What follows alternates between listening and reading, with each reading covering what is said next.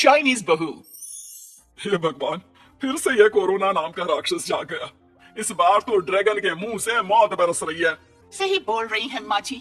मुझे तो अब शर्म ही आती है कि मैं चाइना से हूँ। न जाने क्या क्या खाते हैं, कैसे कैसे बीमारी फैलाते हैं। अरे बहू, लेकिन वहीं से तो तू भी आई है ना मेरी लाडो। तू तो अंडा भी नहीं खाती। माँ जी, अच्छा खासा सब ठीक हो गया था, लेकिन पता नहीं कैसे ये फिर निकल कर आ गया। काश चाइना वालों को थोड़ी सी और अकल होती तो आज हम लोगों से अपने यूं जुदा ना हो रहे होते। कोरोना की नई लहर से देश में हो रही मौतों और घर में बंद रहने के कारण हमारी चाइनीज बहू बहुत दुखी होती है। उसे लगता है कि भारत में जो कुछ भी हो रहा है वो उसी के कारण हो रहा है। अब हमारी चाइनीज बहू परेशान सी रहने लगी। अरे क्या बात है मेरी चाइनीज गुड़िया, आज तू एक्सरसाइज नहीं करेगी? अरे ना तो तूने जूस पिया है, क्या हो गया लाडो? कुछ नहीं मम्मी जी, बस अच्छा नहीं लग रहा। लोग मर रहे हैं और मैं जूस पीऊं? माँ जी, चाइना से आई है महामारी और मैं भी तो चाइना से ही आई ना। अरे अरे बेटा, ऐसा ना सोच।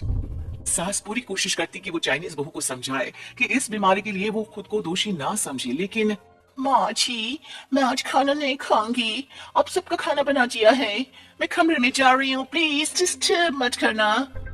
सास ने अपनी हंसती खेलती बहू का ये रूप तो कभी देखा नहीं था, लेकिन करती भी तो क्या, अगले दिन सुबह सुबह। अरे ये पूरे घर से स्वादिष्ट खाने की महक आ रही है। ये कौन है जो चाय बनने के वक्त लंच बनाकर तैयार कर रहा है? वो किचन में आती है जहाँ चाइनीज बहू ने शुद्ध वैष्णव खाना तैयार कर रखा था। अरे बहू, सोई नहीं क्या जो इस वक्त इतने प्रकार का खाना बना लिया? हाँ माँ जी, क्या करे, जब भी मैं बोझ हूँ तो नींद नहीं आती।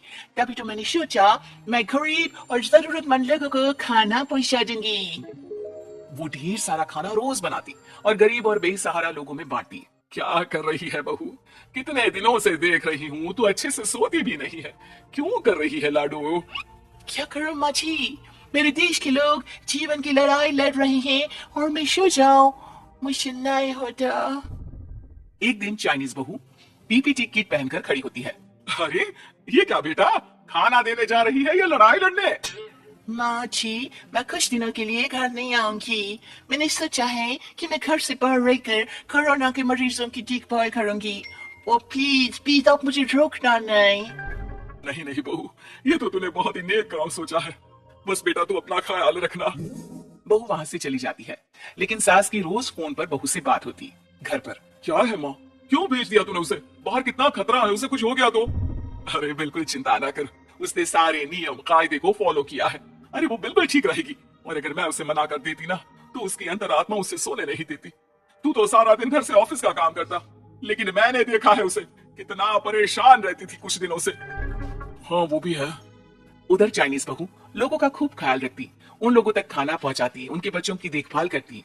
एक दिन बहू अपनी सोशल साइट देख रही थी तो उसे दिखता है कि एक आदमी ने बच्चों की देखभाल के लिए पोस्ट डाली है। बहू उसे फोन करती है।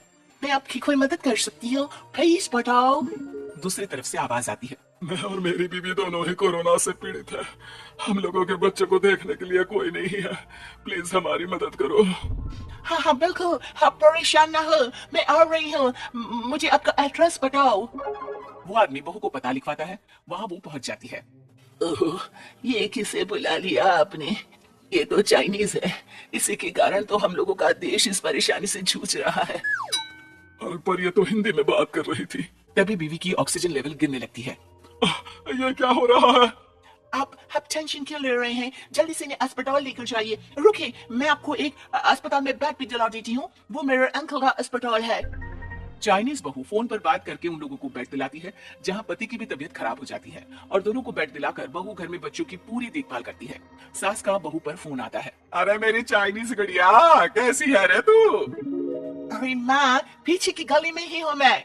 वो खालिया लोग है ना, उन दोनों हस्बैंड वाइफ को कोरोना हो गया था। मैंने उन लोगों को श्रीवास्तव अंकल के अस्पताल में भर्ती करवा दिया है और अब मैंने मार्ची उन दोनों बच्चों का ख्याल रख रही हूँ।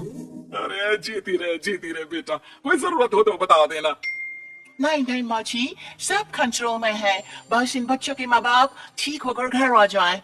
अच्छा माँ, इन लोगों के घर का फोन बज रहा है, मैं आपको थोड़ी देर बाद कॉल करती हूँ। लैंडलाइन में घर के मालिक का फोन था। हम लोगों की जिंदगी का कोई भरोसा नहीं है। यहाँ इलाज महंगा है और हम लोगों के पास पैसे नहीं है।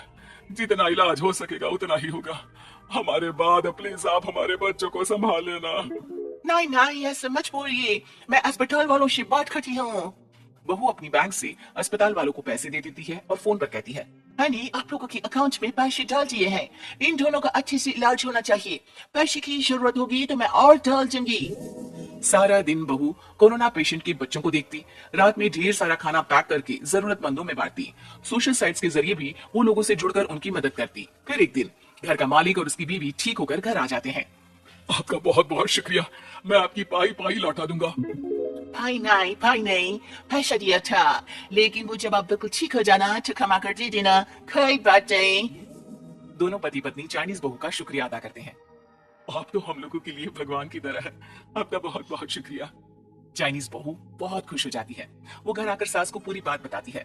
देख मेरी चाइनीज गुड़िया, तुझे चाइना का होने पर अफसोस था ना, लेकिन तूने सच्चे दिल से लोगों की सेवा करके ये बता दिया कि बेटी कहीं की भी क्यों ना हो, ससुराल आकर वो ससुराल के रंग में ही रंग जाती है। अब तो तू मेरी भारतीय बहू है। हाँ।